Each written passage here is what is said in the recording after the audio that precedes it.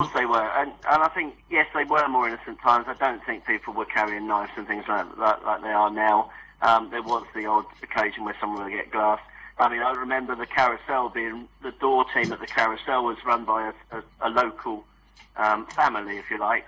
And I remember going there once and overhearing them saying to one of the local idiots, go and start a fight, we're a bit bored.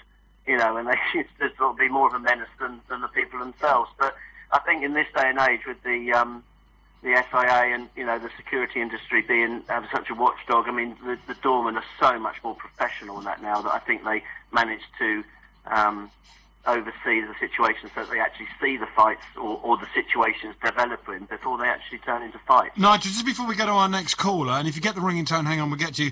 Very quickly, as a father, what do you think of Natasha Bedingfield's I Want to Have Your Babies? I don't know, is she not talking about jelly babies? No, I don't think so. Hi, who's that? Hello. Yeah, hi. It's Oscar Stretch here, Alex. Hello, Oscar, how are you? Well, I'm in hospital at the moment. Oh, I'm sorry to hear that. You've had trouble with your knees, haven't you? Yeah, it's been going on since before Christmas. Don't want to talk about that. Okay. But, yeah, going back to what you was on about, do you remember the dive bars down at Sandown? The what bars? The dive bar, where the beer keller was. Oh, yeah. You remember the beer keller? Yeah, the beer keller, I remember that. Can I just say, if you can hear a noise in the background... Oh, that's probably because I'm in hospital. No, not your end, my end. Our end. My dog is playing with his... Hello, Doc. He's playing with his... Not that Doc, this Doc over. He's playing with his drinks bowl and he's knocking it everywhere. So, can you get a shot of him, Simon? He looks so lovely. Right, go ahead, Oscar. No, I was just saying that when I used to work down in the dive bars back in the 60s, early 60s, there's many a fight down there where they come over the veranda. I got called out on the waterboard one night, and I missed it, actually, but it was just like the old cowboy days, you know, like where they went crashing through the toilets and ended up over the banisters down there. The other fight I was involved with, I worked behind the bar in the beer keller, and, you know, remember the glasses they had down there those days? You had the third, the pint, and the... By the time I was down there, they had plastic glasses that had so many fights. Probably because there was one or two big sort of issues with them, like, you know. At any rate, Mr. Gordon May, who was the manager at the time, used to say, you know, keep your eye on the glass, etc., etc. And we were losing a lot of glasses. Anyway, as it turned out, we sort of kept our eye on them, and then all of a sudden this glass was going, and somebody said, kicked off, so we all went running after this guy, come up the steps by the library at Sandown. But in doing so, when I came back, we never did get the glass, but I'd flipped this Löwenbräu beer, and this guy went absolutely berserk, sort of picked me up by the throat. There was about 20 others involved, but the actual point I was going to make was that Carl, who used to do the waiter stand here, waitering, she actually smashed this guy over the head with a pint mug. No. Yeah, and the issue all sort of killed over, but fortunately for her, I went back to work. But Oscar, you were always known on the Isle of Wight as a bit of a hard man when it came to football. Were you a bit of a hard man when you were working in the clubs? Not really, no, I'd just done my job, you know, like, but as I say, at the end of the day, I've got to go because the doctor and... Nurse, he's out of bed again. They're doing a ward round. Matron, if only. Hello, Arthur.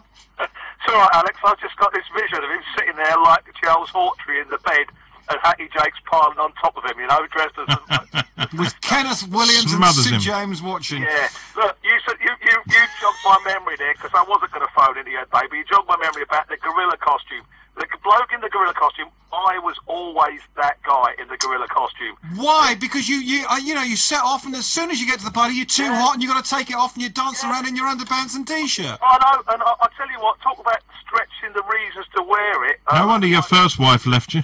Yeah. Well, no, a lot of my mates decided to have a 1950s themed party, and all the girls went dressed in rah-rah skirts, and the blokes all greased their hair back and had leather jackets. Well, I couldn't grease my hair back because there wasn't much to grease back.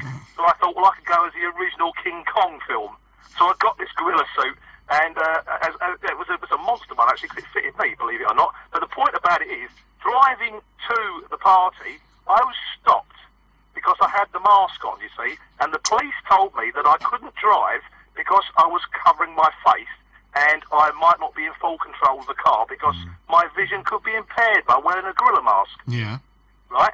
Well, if I was stopped them years ago for that reason, how come a few years ago I was nearly wiped out by a lady wearing a certain attire in High Street, Kensington, Habib. out in front of me. Yeah?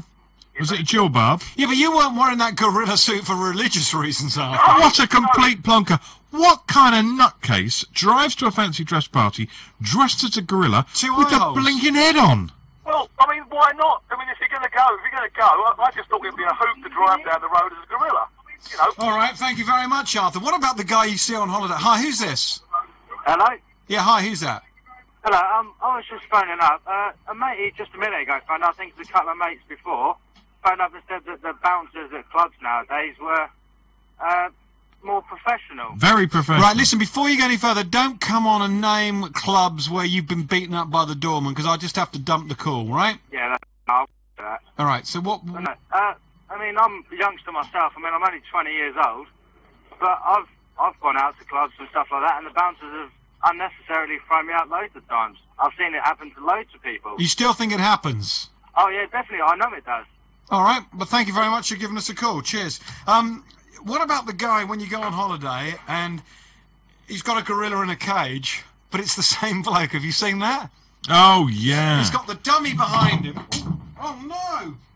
I've dropped my camp coffee that someone gave me. We were going to try this on Jessie. Thank God it didn't break. Imagine Yeah. a poor presenter who follows us into the studio with half a litre of camp coffee all over the carpet. He's kind Lovely. of he's leant forward, and then he's got a dummy coming out here, and Yeah. and he's the gorilla in the cage. Is that how it works? A bit like Bernie Clifton on The Bird. Yeah, that's right. Yeah. Is it? How does it work? No, it's the gorilla is the dummy. Oh, and he's got the man in the cage. He's the man. So he's bottom half is a gorilla with the top half of the... In a cage. Yeah. So he's got some dummy legs in the cage, and then the top half is a gorilla, but it's just a dummy. No, I don't How think does it so. work? I can't remember. I've seen that a few times. If anyone's got that suit, bring it to the studio. We want to know how you do it.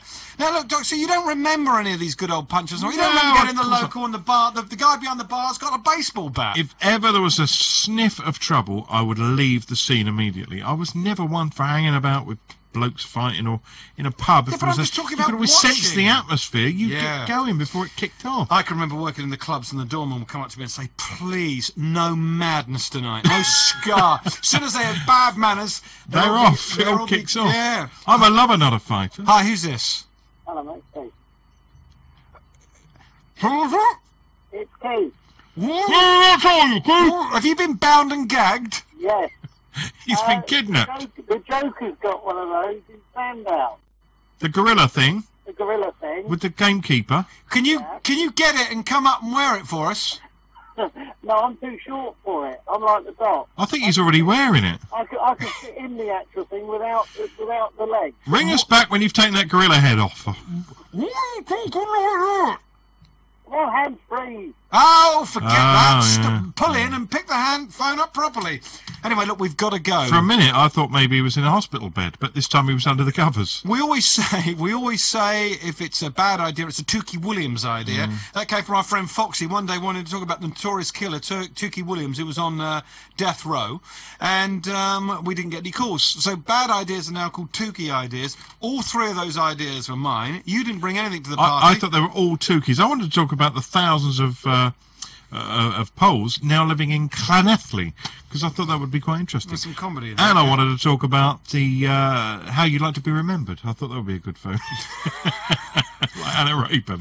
All right, we've got to go. We are back very, very soon. With Thank you the very how much. you'd like to be remembered phone in. You can do that one on your own.